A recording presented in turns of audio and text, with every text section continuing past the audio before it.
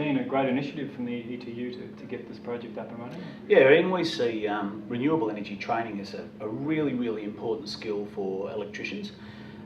We've got a planet that's heating up, we've got to tackle climate change, and who better to do that than electricians in the main? You know, plumbers have been doing it for a while, so Sparkies have to get up with renewable energy, the installation, and of course the skills, and hence the training program through Global Green Electricians becomes a really, really important part of making sure that we've got, geez, in Victoria, what is it, 17,700 electricians potentially that can be climate change warriors. So, you know, really good opportunity for us to make sure that electricians become the key people in renewable energy technology. Yeah. There's jobs out there for Global Green Electricians. The working team that has been brought together to develop the curriculum for this particular course has just done us a treat. Been fabulous. We're now at day 3, as it is, of the 5-day course. The course is structured on the national competency standards, so the guys can also create pathways for themselves, which leads into extra training if that's what they choose to do.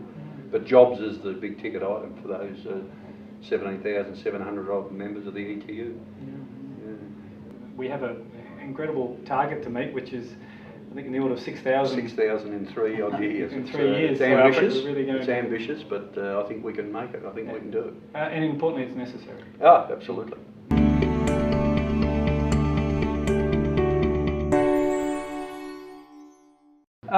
Look, I think one of the important things about this project is it does give us the opportunity to work with Global Green Electricians and the ETU, and indeed other credible and important partners in the training environment, particularly the renewable energy training environment, such as RMIT, Sustainable Footprint, etc.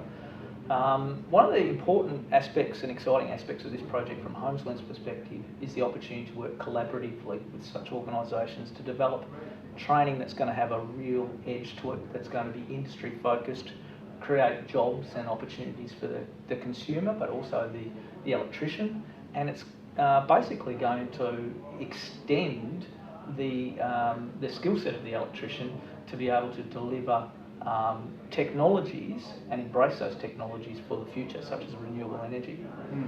To that end, we thought it important to build a purpose-built state-of-the-art solar house, which focuses on renewable energy technologies and allows the Global Green Electrician to become familiar with those technologies so that they can then go and apply those technologies in the consumer's household and provide advice, which in turn is going to provide opportunities to the electrician to further their career. We don't see the training ending with this particular project, rather it providing an ongoing opportunity for the electrician to upskill and to continue to embrace new technologies and to, I guess, use those technologies to enhance their prospects in the industry. And one of the opportunities that we think that we can offer is an extension to the course for interested electricians to extend into Certificate 4 level training, or perhaps even advanced diploma level training in renewable energy.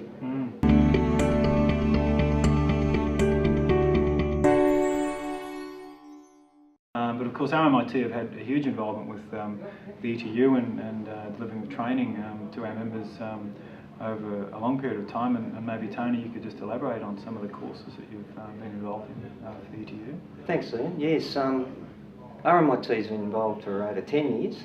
It's 10 years this year actually. We started delivering training called construction wiring. 6,000 electricians have gone through that course. 6,000 ETU members. It's a course that it's been written and rejigged many times as the industry changes, the industry demands. So it's been very, very successful, and we've really, really enjoyed that partnership. Last July we launched another facet of the construction wiring course. It was mandatory electrical testing, and that component has now been picked up under the Global Green Electrician, and it's been very successful. As you know, we've run the pilot, and the mandatory testing component was very, very well received. Where we're going, well, we have to look at the future. We've got plans down there at RMIT to put solar and sustainable energy equipment on the roof. So that's happening as we speak. We are looking for, starting in phases, number of things. Solar panel are coming there, windmill is coming there, and hot water as well as looking into other hydro technologies. Those are all part of renewable energy. We try to expand in phases. In the past 10 years, we have a strong relationship with ETU to deliver industry-based training. And I can see this global green electrician project will take the similar pace as IT took in 90s. It's a emerging technology, not many trained people out, and what efforts put by ETU Global Green Electrician project into will take a huge pickup as quick as we can see.